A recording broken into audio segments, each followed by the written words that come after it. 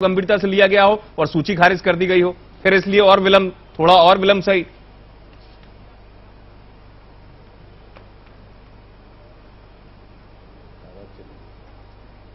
रवि जी, आपसे सवाल था मेरा। जी देखिए जी, आपको मैं बता दूं कि जो सवाल आपने पूछा है, निश्चित रूप से कांग्रेस पार्टी में इस बार हम लोग हर जगह पर बहुत सक्रियता के साथ, बहुत सतर्कता के साथ काम कर रहे हैं और एक एक सीट हमारे लिए इस बार बहुत, ऐसा कहना चाहिए कि हम ताकत के साथ लड़ना चाहते हैं। चलिए ताकत के साथ फिर। और भारतीय जनता पार्टी को हम बताना चाहते हैं कि अगर अब का समर में अब वो आए हैं तो भारतीय जनता पार्टी ये बात समझ ले कि कांग्रेस पार्टी का जो भी प्रत्याशी होगा वो भारतीय जनता पार्टी को कड़ी टक्कर देगा और उसे हरा के ही दम लेगा।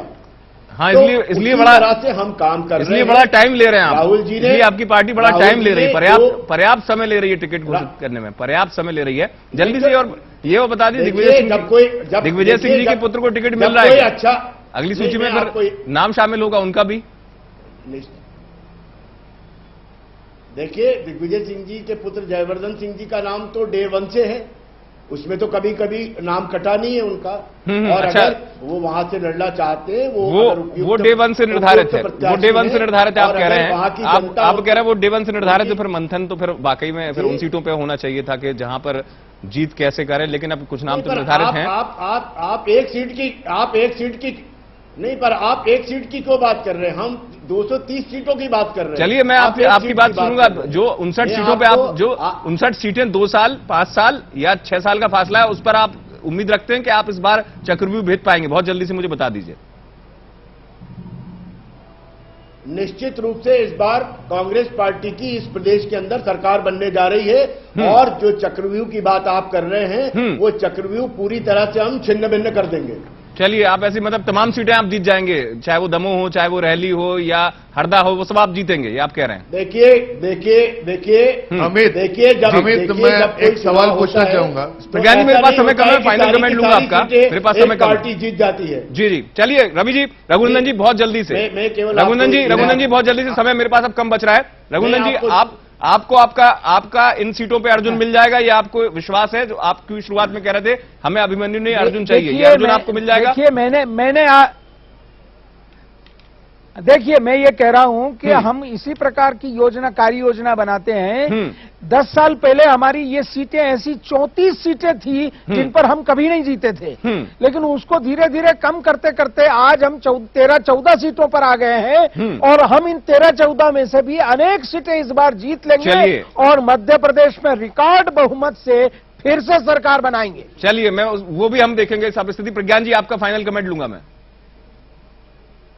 नहीं, मैं सम अप करना चाहूंगा। देखिए अमित, पिछले 3-4 दिन से मैं बीजेपी के तमाम बड़े लीडर और कांग्रेस के तमाम बड़े लीडरों से मेरी बातचीत हो रही है। जी, ये जो चक्रव्यूह क्यों आप कह रहे हैं, क्यों हम कह रहे हैं? बीजेपी की तमाम सीटें तकरीबन तय हैं, 15 से 20-25 सीटों को लेकर उनका प्रॉब्लम है।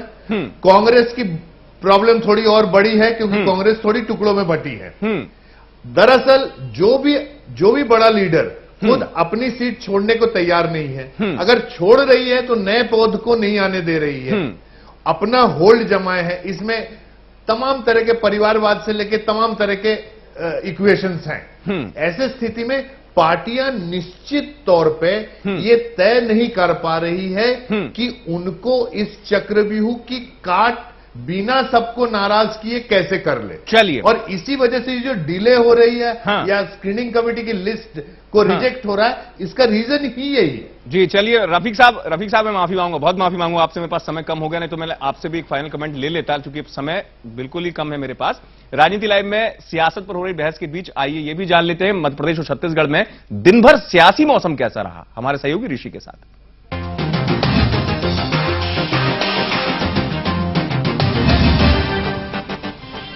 नमस्कार। चुनावी तारीखों के ऐलान के बाद टिकटों पर हो रही माथापच्ची के बीच सियासी मौसम लेकर हाजिर हूं मैं ऋषि। 2 मिनट बताएंगे प्रदेश में कैसा रहा सियासी मौसम। सियासी मौसम सबसे पहले रुख भोपाल का।